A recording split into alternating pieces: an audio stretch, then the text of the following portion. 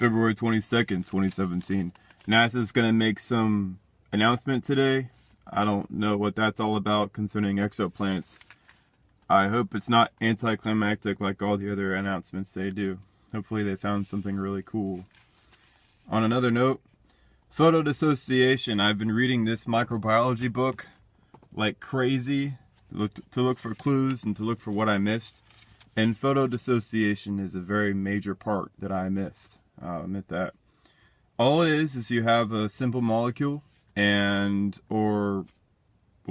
molecule, and an incident light ray or high energy photon supposedly hits that molecule and breaks it up into its component atoms. For instance, you have your nitrogen, which is two things of nitrogen, your oxygen, your carbon dioxide, which is one carbon and two oxygen. Basically what happens is that the light hits the molecule and it energizes it and the atoms break apart. So if you have CO2, for instance, becoming disassociated, it becomes two free radicals of oxygen and one free radical of carbon. As well, water vapor can be photodissociated. Of course, you can use sparks and electricity to do that too, to break up the oxygen from the hydrogen. But you don't need a spark, you don't need electricity. You can also do it with light, high energy photons, high energy UV light, gamma rays, that kind of stuff. That stuff can break apart those bonds in a cinch really easily. So if you break up water vapor, you'll have two free radicals of hydrogen and one free radical of oxygen. Naturally, if they're broken up with UV light coming in from a host star or from internal reactions, they can interact wherever they want. They can build whatever molecule they want to build naturally by sheer chance, by randomness. Of course, mathematicians, they hate randomness. They hate sheer chance and they hate chaos. So that, of course, was not covered in this microbiology book. I'm trying to find it. I can't find it anywhere.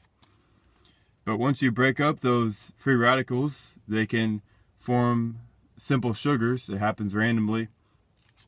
And for those that don't know, glucose, simple sugars, they're only comprised of oxygen, hydrogen, and carbon. Very simple elements, very common elements. These elements exist in the high atmospheres of literally every single astron out there.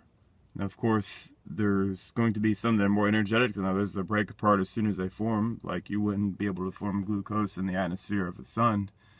But those atmospheres that are less energetic, they can form these types of molecules. And once the molecules are formed, they can, of course, sink to the center. And, of course, as I'm working on those chemokines now, what happens when the molecules sink and where they would interact with other types of molecules and they sink further. That's very, very, very complex. I'm just trying to cover all my bases. And this photodissociation number really took me for a loop because I realized that, of course, if you're going to have chemicals combining, you're going to have a process to break them apart again, and that's photodissociation. It's one process you can use. That being said, photosynthesis in the beginning is not plant-driven. It is random in the high atmospheres of evolving stars. Photosynthesis is one of the very first processes when it comes to the formation of life. And it doesn't need to have chloroplasts to have these highly organized processes involved to form glucose. It's not needed. The fact that it forms glucose shows you that the organization came after the fact, because you can have glucose formed randomly anyways. So there's that. 10% of the light from the sun is UV light. It's invisible to our vision. 10%. It means 10% of the energy of the sun is coming out in frequencies we can't even see, frequencies that can break apart atoms. That's why it's important for you to wear sunblock when you go outside on a sunny day or you go to the beach, because you can't see the UV light, and the UV light is literally breaking apart the atoms in your body, which is why cancer is very, very problematic when it comes to people, not putting sunblock on and that kind of stuff. A prediction, I know people probably get mad at me for this, academics per se, but they want their prediction. Okay, here you go. It's predicted that glucose will be found in Jupiter from the Juno spacecraft.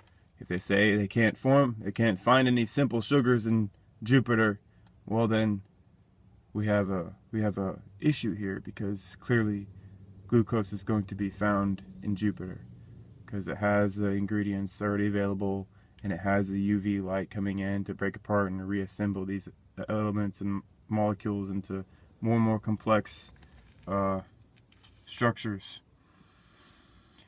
That being said, take out of this what you will. Of course, I'm reading other things too, taking notes, trying to piece it all together. All right, y'all, take it easy.